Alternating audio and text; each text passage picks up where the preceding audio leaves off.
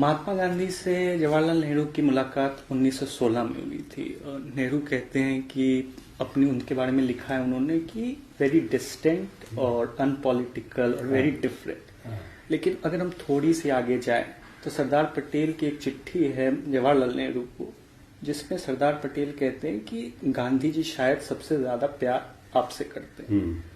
तो नेहरू का गांधी से पर्सनल लेवल पे कैसा रिश्ता था और पॉलिटिकल एग्रीमेंट्स और डिसएग्रीमेंट्स क्या थे? तो ये सही, आपने जो सरदार पटेल के खत का जिक्र किया वो सही है कि सरदार पटेल को लगा और औरों को भी लगा कि जवाहरलाल नेहरू के प्रति गांधी जी का जो रिश्ता था और प्यार का रिश्ता था, गहरे प्यार का रिश्ता था।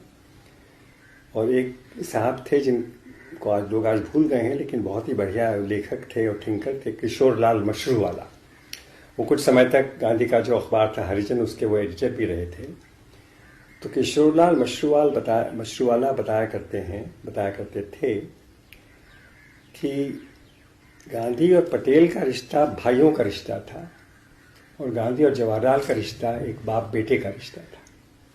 तो ये अपनी आप बायोग्राफी में भी, सरदार पटेल की बायोग्राफी में इस पे आपने लिखा भी है। शायद मैंने लिखा होगा।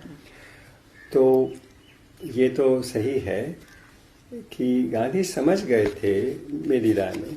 एक तो जवाहरलाल की पर्सनैलिटी ऐसी थी जो लोगों को आकर्षित करती थी। उसके अलावा वो तो एक ज़रूर वो अपने में भी एक फैक्टर है जो जिसके बारे में हमें स्वीकार करना चाहिए कि उनकी पर्सनैलिटी का भी गांधी के ऊपर प्रभाव हुआ था। लेकिन उससे ज़्यादा, बहुत ज़्यादा उससे दो चीज़ें, कि जवाहरलाल कुछ भी कीमत देने को तैयार थे भारत की आज़ादी के लिए। इसका शायद गांधी के ऊपर प्रभाव हुआ।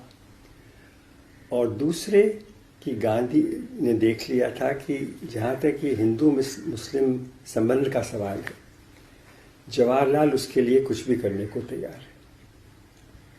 और मेरा जो अध्ययन है वो मुझे ये बताता है कि 1924 में दिल्ली में एक गांधी जी ने अनशन किया था हिंदू मुस्लिम यूनिटी के लिए।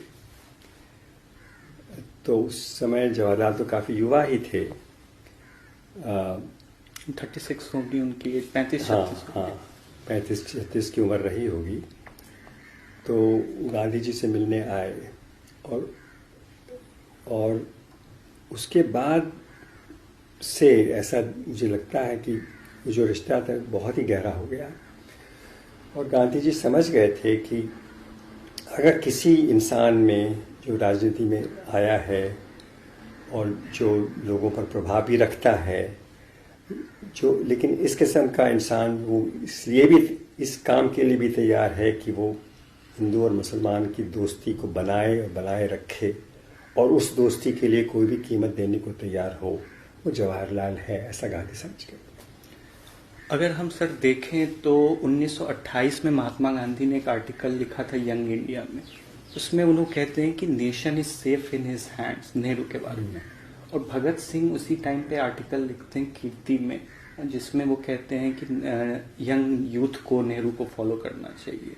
बोस भी ये लिख रहे हैं कि among the front rank of rulers only you can lead us in progressive way. और टैगोर भी।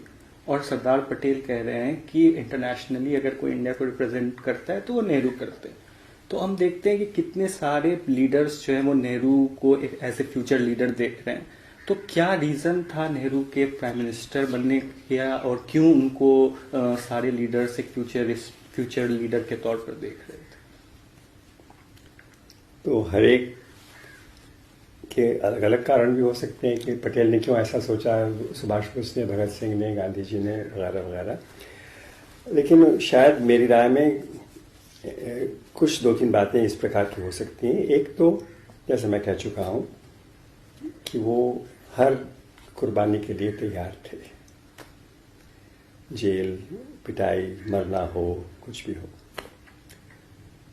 दूसरे बहुत ही मेहनती थे, सुबह से रात तक काम करने को तैयार थे।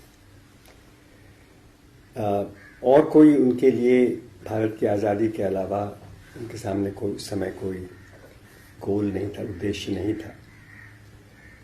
तीसरा ये भी शायद गांधी और अन्य लोग भी समझ गए थे कि वो बहुत ही देश की जनता उन्हें बहुत चाहती थी। तो एक अगर नेता आए जिसमें बहुत ही कुशलताएं हों और वो देश की जनता भी उन्हें चाहती हो, तो ये एक बहुत ही ज़बरदस्त फिर कारण हो सकते हैं उसके नेतृत्व के लिए।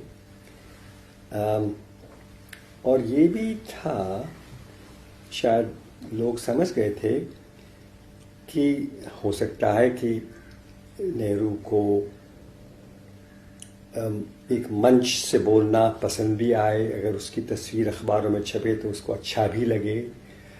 तो नेतृत्व शायद नेहरू को पसंद भी था, लेकिन गांधी और बाकी देश की जनता समझ गए थे कि ये नेतृत्व के लिए काम नहीं कर रहा है, ये सचमुच में जनता के लिए, देश के लिए कुछ करना चाहता है, इसके अपने विचार हैं, इसके अपने ख्याल हैं।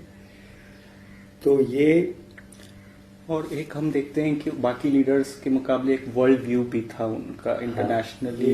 ये बात आपने सही कही है कि ये तो सब लोगों ने स्वीकारा है कि बाकी सब लोग तो देश की ही बात करते थे, देश की बहुत बड़ी समस्याएं थी, लेकिन जवाहरलाल ने पूरे विश्व के बारे में वो सोचते थे, अध्ययन भी किया था। और जैसा कि सब जानते हैं, जब उन्होंने जेल से चिट्ठियां लिखी थी अपनी बेटी को, वो भी दुनिया के इतिहास के बारे में ही चिट्ठियां, ग्लिम्पसेस ऑफ वर्ल्ड हिस्ट्री। तो दुनिया की समस्याएं देश के सामने रखना, देश की जनता को दुनिया के बारे में समझाना, ये इनकी बहुत बड़ी भूमिका रही थी।